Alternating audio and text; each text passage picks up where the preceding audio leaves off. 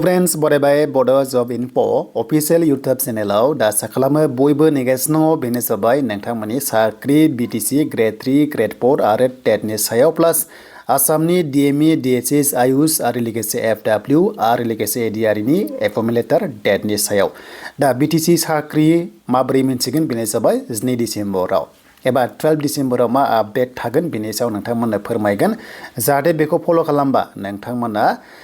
जायफ्रा फल' खालामनांगौ आं बेखौबो बुंगासिनो दङ अब्ला जोङो आपडेटखौ मोनसिगोन बेनो जाबाय जोंनि आसामनि CMनिफ्राय दा बोरै जागोन जों बेखौ सावरायगासिनो दङ जाय नोंथांमोना बड' जब इनफो अफिशियल इउटुब चेनेलाव गोदान साबस्क्राइब खालामना ला जाहाथे लेटेस्ट आपडेट नोंथांमोना मोननो हायो दा बेनि गेजेराव अरुणोदयनि लास्ट डेटआ दिनैमोन BTC ना बेनिफ्राय 12 डिसेम्बराव नोंथांमोननि एकाउन्टआव राङा हाबसिगोन गोदान गोजाम जेनोखि नोंथांमोना जायफ्रानोखि एप्लाइ खालामदोंमोन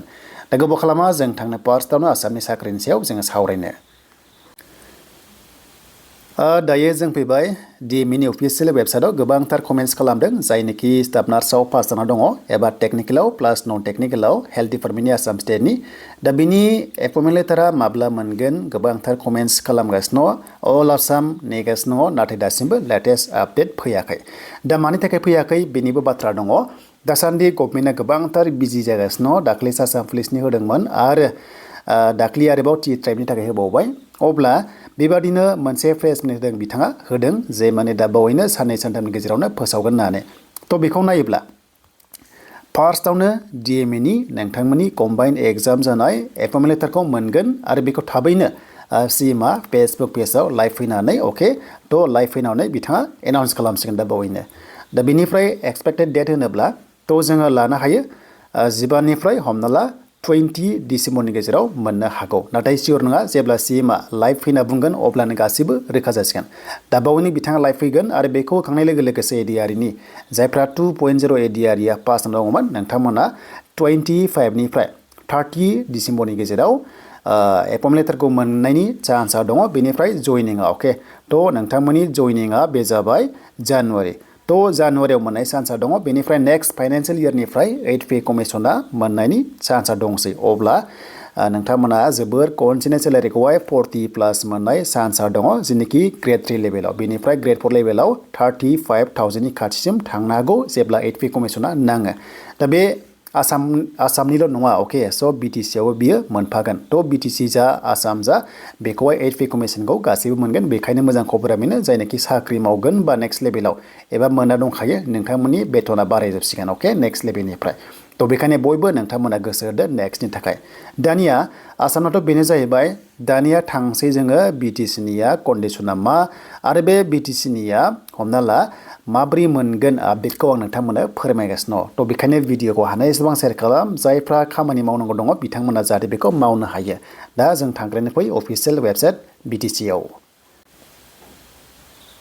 दायो जों फैबाय बेनो जाबाय BTCनि अफिशियेल वेबसाइटआव दा बेनो जाबाय जोंहा Gr-3 आरो लोगोसे Gr-4 खौ गोबां नेगासिनो दासिम बियो केन्सेल जायाखै अके थ' दासिम अफिशियेल नटिस केन्सेल जायाखै दङ दा बेखायनो पेन्डिं थानाया रिप्रसेस जानाय चान्सआ दङ दा सरकाराबो केन्सेल खालामनायनि खोथाखौ होनाखै एबा केन्सेल खालामनांगौआबो इजि नङा जेराव रिटेन एग्जाम जाखानाय आरो इन्टारभिउ लाखानायखौ केन्सेल खालामनाया इजि नङा दा बेखायनो टेटआव डकुमेन्ट्स भेरिफाइड जादोंमोन ना दा बिनिनो एपइन्टमेन्ट लेटारखौ नोंथांमोना जानुवारियाव 100% मोनसिगोन 984 भेकेन्सिखौ आरो बे जोबनाय लोगो लोगो GTPGD नेक्स्ट पस्टआ फैगोन बे रोखा दानिया जोंनि थाखानाय Gr-3 आरो Gr-4 खौ मा खालाम सानदों बेखौ जोङो गोबां आपडेट नेदोंमोन आरो लोगोसे BTCनि दानि गोदान CEMनिफ्राय जोङो माने आपडेटखौ नेबाय थादोंमोन जे माबाफोर बुंगोन नामा होननानै नाथाय बेयाव मोनसे गिदिर रल दङ बेनो जाबाय मिडिया जायनाखि जोंनि मिडिया बिथांमोना जुदि बे कुइसनखौ सोंनाय मोनब्ला थ' जानांगौ बिथाङा एन्सारखौ होगौमोन नाथाय जेसेबांनो जों निउस नायदों मिडियाफोरखौ नायदों दासिमबो सोंनाय जायाखै Gr-3 आरो Gr-4नि सायाव दा बेखायनो मोजां अपसन दङ आरो दासान्दि जों मिथिगौ जे जोंनि BTCआव NDA सरकार जादों अके स' NDA सरकार दा बेखायनो बेवहाय माखासे गुबुननिबो दायथ' दङ बाथ्रा जाबाय मेन CM थ' CMआ मा जागोन 12 डिसेम्बर अके स' 12 डिसेम्बराव क'क्राझार फैगोन एबा क'क्राझार थांगोन एबा BTC आव हाबफैगोन अब्ला आं रिक्वेस्ट खालामदों जोंनि जेनिखि मिडिया पार्सनफोर दङ स' नोंथांमोना CM नाव सोंनाय लोगो लोगो येस 100% जों एन्सारखौ मोनगोन बेनो जाबाय BTC साख्रिया मा जागोन पेन्डिं थानाया मा जागोन सोंनाय लोगो लोगोनो CM आ एन्सारखौ होगोन 100% बिथाङा सोंनाय लोगो लोगोनो एन्सारखौ होगोन थ' बेखायनो जों रिक्वेस्ट खालामदों मिडियाफ्रा जेनिखि दङ जायखिजाया मिडिया पार्सन थ' नोंथांमोना Gr-3 आरो Gr-4 खौ सोंनांगौ दासिम सोंनायखौ जोङो नुथ'वाखै दा बेखायनो सोङोब्ला थ' नोंथांमोना एन्सारखौ मोनगोन प्लास जोंनि जेनिखि इयुथ्सफ्रा गासैबो स्टुडेन्टसफोरा एन्सारखौ मोनगोन बेनो जाबाय Gr-3 आरो Gr-4 खौ दा बेस्ट अपसन बेनो जे नोंथांमोना 12 डिसेम्बराव अके 12 डिसेम्बराव क'क्राझार थांगोन CMआ बेनाव सोंनाय लोगो लोगोनो